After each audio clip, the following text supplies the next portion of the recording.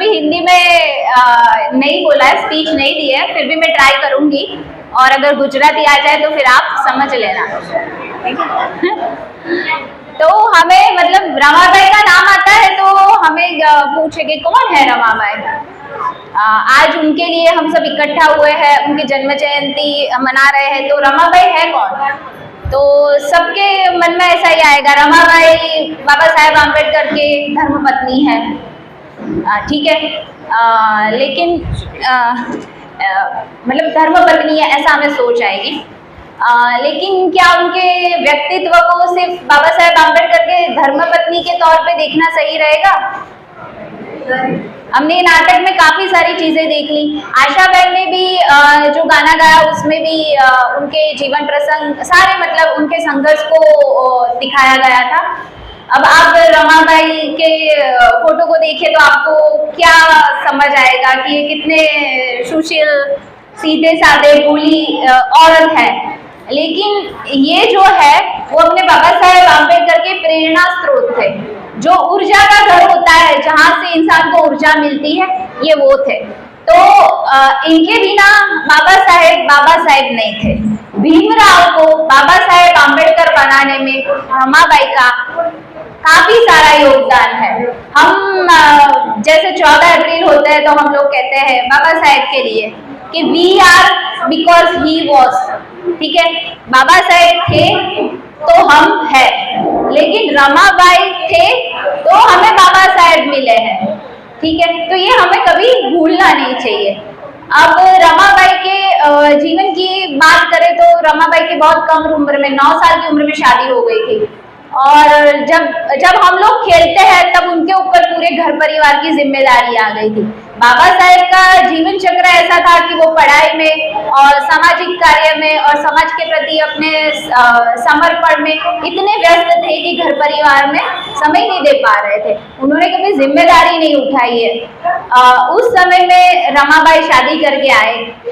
बाबा साहेब और रमाबाई का शादीशुदा जीवन करीबन 27 साल का रहा होगा, और उनमें बाबा साहब और रमाबाई को टोटल 5 बालक को जन्म दिया। अब उनमें से आप देखिए कि गरीबी की करुणता देखिए, और सही मायने में उनको हेल्थ सर्विसेज अच्छे से नहीं मिल पाई। उसकी वजह से उनके 4 बच्चे एक के बाद एक मृत्यु हो गई 4 बच्चों की। अब एक माँ के लिए ये बात बहुत बड़ी है, बहुत बड़ा आघात है। मतलब आपके बच्चे एक के बाद एक 4 बच्चे की मृत्यु हो जाती है तो वो माँ होने के अस्तित्व पर एक प्रश्नार्थ है। पर ऐसे कठिन समय में भी रमाबाई ने बाबा साहेब का साथ नहीं छोड़ा। कोई और स्त्री होती तो शायद गुस्से में चली जाती, या फिर दुख के नीचे दब जाती, या फिर बाबा साहब को या अपने पति को उस चीज के लिए जवाबदार ठहरती, लेकिन रमाबाई ने ऐसा नहीं किया। आप सोचो, रमाबाई एक बहुत गरीब परिवार से ताल्लुकात रखते थे, वो निरक्षर थे, फिर भी उनकी समझदारी एक पढ़ी लिखी औरत से कहीं ज्यादा थी। वो रमाबाई की पहचान है। उस टाइम पे जब आपने नाटक में भी देखा कि बाबा साहेब आम्बेडकर 1930 में लंदन में इकोनॉमिक्स की पढ़ाई करने गए थे। उन्होंने इकोनॉमिक्स में 2 PhD हासिल की है। तब वहां से बाबा साहेब ने रमाबाई को पत्र लिखा था, वो मैं आपको सुनाना चाहती हूँ।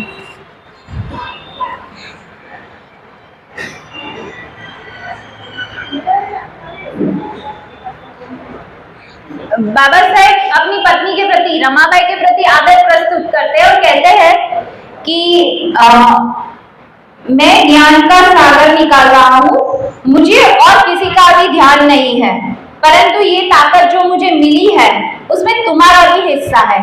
तुम यहाँ मेरा संसार संभाले बैठी हो, आंसुओं का जल छिड़क कर मेरा मनोबल बढ़ा रही हो, इसलिए मैं बेबाक तरीके से ज्ञान के अथाह सागर को ग्रहण कर पा रहा हूँ। रमा, तुम मेरी जिंदगी में ना आती तो, तुम मन साथी के रूप में ना मिली होती तो क्या होता? मात्र संसार सुख को दे समझने वाली स्त्री मुझे छोड़ के चली गई होती। आधे पेट रहना, उपले चुनने जाना, गोबर ढूंढकर उसका उपला थापना या उपले थापने के काम पर जाने किसे पसंद होगा? चूल्हे के लिए ईंधन जुटा कर लाना मुंबई में कौन पसंद करेगा। घर के चिथड़े हुए कपड़ों को सीते रहना। इतना ही नहीं, एक माचिस में पूरा माल निकालना है, इतने ही तेल में और अनाज नमक से महीने भर का काम चलाना है। मेरा ऐसा कहना, गरीबी के ये आदेश तुम्हें मीठे नहीं लगते तो मेरा मन टुकड़े टुकड़े हो गया होता, मेरी जिंदगी में दरारें पड़ गई होती, मेरे सपनों का खेल पूरी तरह से तहस नहस हो जाता रमा, मेरे जीवन के सब सुर ही बेसुरे बन जाते, सब कुछ तोड़ मरोड़ के रह जाता, सब दुखमय हो जाता, मैं शायद बोना बोला ही बना रहता, संभालना खुद को जैसे संभालती हो मुझे। ये जो बाबा साहेब ने रमाबाई को पत्र लिखा है, उनमें बाबा साहेब का रमाबाई के प्रति जो प्रेम भाव है, जो आदर भाव है, जो उनका मूल्य है, वो बाबा साहेब ने प्रस्तुत किया है। रमाबाई का उनके जीवन में बहुत ही अहम स्थान था और वो रमाबाई को जता देवी थे। अब उसके बाद रमाबाई के ऊपर जब बाबा साहेब अपनी पढ़ाई में व्यस्त रहते थे या सामाजिक कार्य में व्यस्त थे, तब जो घर की जिम्मेदारी थी वो पूरी रमाबाई पे थी। आपने नाटक में भी देखा होता कि वो कैसे मजदूरी करके उपले देख के ये अपना घर का निर्वाह करती थी। उसी दौरान उनको खाने को नहीं मिलता था भरपेट, कभी कभी तो रात में बिना खाए ही सो जाते थे या आधे पेट सोना पड़ता था। और चीज़ों के लिए, जीवन जरूरियात की चीज़ों के लिए उन्हें बहुत संघर्ष करना पड़ता था, बहुत मेहनत करनी पड़ती थी। उस दौरान उनकी तबीयत का ध्यान नहीं रहा उनको और धीरे धीरे उनकी तबीयत बिगड़ती गई और 1935 में 27 मई को उनकी देहांत हो गई।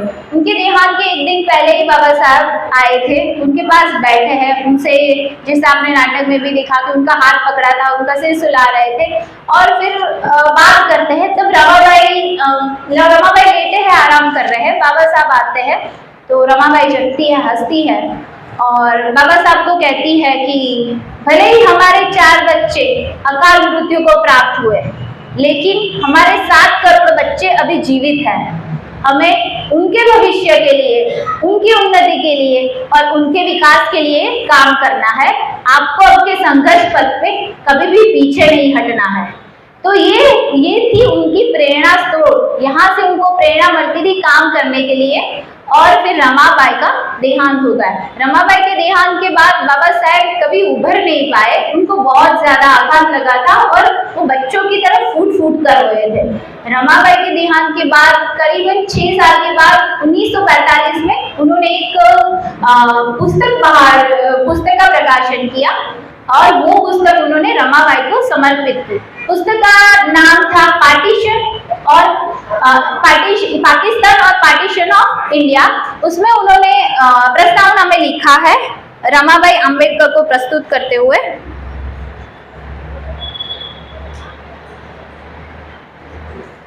रामों की याद को समर्पित।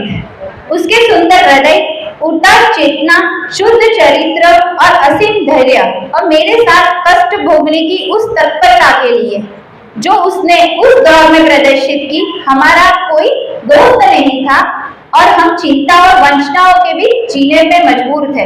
हम इसके लिए मेरे आभार के प्रतीक के रूप में। तो ये थी हमारी रमाबाई। अब बाबा साहेब आम्बेडकर ने जो हमें सिखाया है वो क्या है? सबसे बड़ा शस्त्र क्या है? शिक्षा। हर एक को शिक्षा लेना जरूरी है। बाबा साहेब आम्बेडकर बोलते थे कि शिक्षा वो शेरनी का दूध है, जिसने जो पी लिया वो दहाड़ता है। तो क्या हम सब दहाड़ रहे हैं? कैसे दहाड़ रहे हैं? जय भीम। शिक्षा से दहाड़ने की बात है कि आप शिक्षित बनो। बाबा साहेब ने बोला था शिक्षित बनो, संगठित हो और संघर्ष करो। संगठित की बात जाने दो, संघर्ष की बात जाने दो। हम शिक्षित हुए हैं। शिक्षा पाना क्या है? अभी रिजर्वेशन बहुत चल रहा है, ठीक है, आप लोग सब रिजर्वेशन का फायदा उठा के आ जाते हो। तो हम रिजर्वेशन में नहीं आना, हम ओपन मेरिट में आते हैं, हम कम्पीट करते हैं, उसको शिक्षा बोलते हैं। अब एक स्टेप हमें आगे बढ़ने की जरूरत है, ठीक है। और बाबा साहेब ने हमें शिक्षा का यूज करके, शिक्षा पाके हमें दुनिया के सर पे बैठना सिखाया है, ठीक है। लेकिन अब आजकल हम क्या करते हैं? हमें शादी में घोड़ी पे क्यों नहीं चढ़ने दिया? घोड़ी पे चढ़ना है। तो हमें शिक्षा के बाबा साहब ने क्या किया था, बाबा साहब इतने बड़े, अभी इन्होंने जो नाटक प्रस्तुत किया उसमें रमाबाई बाबा साहब को बोलती है कि आप इतना तो पढ़ चुके हो, कितना और पढ़ोगे। तो बाबा साहब क्या बोलते हैं कि नहीं, मुझे और पढ़ना है।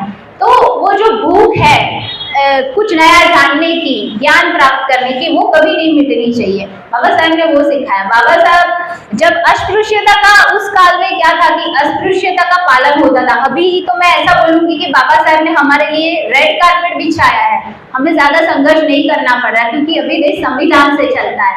लेकिन जब 100 साल पहले की ये बात है कि जब अस्पृश्यता का पालन होगा, तब सोचो आपने बाबा साहब ने कैसे संघर्षों के साथ पढ़ाई की है। तो हमें उनके जो संघर्ष है उनको आगे बढ़ाना है। अब जब अस्पृश्यता का पालन हो रहा था, मुझे एक कविता याद आ रही है अभी, उषा मकवाना की है, लेकिन वो मैं गुजराती में बोलूंगी क्योंकि उन्होंने गुजराती में लिखा हुआ है। ठीक है। तो रानी साज्या अवतार तो तमे घणा अवतर्या, रानी साज्या अवतारे तो घणा अवतर्या, नारी नारी तणा पेटे जन्मी तो जो, चक्र धनुष અને બાણ બહુ છે વાપર્યા, ચક્ર ધનુષ ને બાણ બહુ છે વાપર્યા, ઝાડુ લઈને હાથમાં રસ્તા પર ફરી તો જો, હરી કેવડાવું બહુ સહેલું છે, હરી કેવડાવું બહુ સહેલું છે, હરી ફક્ત એકવાર હરિજન બની તો જો। हमारे लिए अभी बहुत सारी चीजें सरल हो गई है बाबा साहब के हिसाब से, क्योंकि उन्होंने हमारा देश संविधान से चलना है।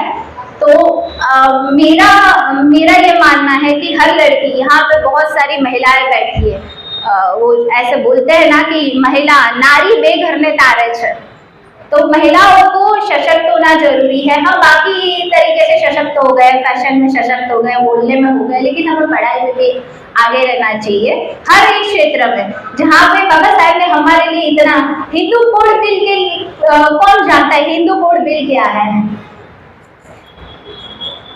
जब मनुस्मृति में बोला गया है कि पशु नारी ढोर ताड़न के अधिक, शूद्र ताड़न के अधिकारी, तब बाबा साहब हिंदू कोड बिल लाए थे। जो धर्म एक नारी का सम्मान नहीं कर सकता, जैसे पहले सती प्रथा थी, लड़कियां पैदा होते उसको मार देते थे, या फिर उनको पढ़ाई का हक नहीं था, घर से बाहर निकलने नहीं देते थे, उनको देवी बना के पूछ के रखा था। लेकिन बाबा साहब ने उनको घर के बाहर निकाला। अभी नाटक में बोला कि बाबा साहब ने खुद बोला कि मैं कोई एक धर्म जाति का नेता नहीं हूँ, मैं हर वो शोषित इंसान का नेता हूँ जो पीड़ित है, शोषित है। तो ये बाबा साहब सिर्फ दलितों के नेता नहीं, उन्होंने जो महिलाओं के लिए काम किया है हमारे देश में, उन्होंने जब हिंदू कोड बिल लाया तब विदेश में भी महिलाओं को इतने अधिकार नहीं थे जो भारत की महिलाओं को प्राप्त हुए बतौर Hindu code bill. Hindu code bill में हिंदू मैरिज एक्ट है, हिंदू कोड बिल में महिलाओं को संपत्ति में समान अधिकार है, महिलाओं को पढ़ाई का समान अधिकार है, नौकरी में समान अधिकार है। तो हमें महिलाओं को तो बाबा साहब का कभी अदा मतलब ऋण चुकाना चाहिए, कभी भूलना नहीं चाहिए। तो मेरी यही विनती है कि आपके घर में जो बेटियां हैं उनको पढ़ाओ, हर जगह पे आगे लाओ, वही एक सही तरीका है बाबा साहेब का ऋण अदा करने का। बाबा साहेबे कीधुं હતું કે હું કોઈ માટીનું ઢેફું નથી કે ધસમસતી નદીના પ્રવાહથી ઓગળી જાઉં, હું કોઈ માટીનું ઢેફું નથી કે ધસમસતી નદીના પ્રવાહથી ઓગળી જાઉં, હું એક કાળમીંડ પર્વત છું કે નદીએ બી મારા સામે અથડાતા પહેલા પોતાનો રસ્તો બદલી નાખવો પડે। તો આપણે કાળમીંડ પર્વત બનવાનું છે। जनरली सफल पुरुषों बात વધુ થતી હોય છે, પણ આજે બળદુપા શિકાર સંઘે સફળ પુરુષની પાછળ જે છુપાઈને રહે છે એ વ્યક્તિની વાત કરી, એના માટે હું બળદુપા શિકાર સંઘનો ખૂબ ખૂબ આભાર વ્યક્ત કરું છું। સાધુવાદ, જય ભીમ, નમો બુદ્ધાય।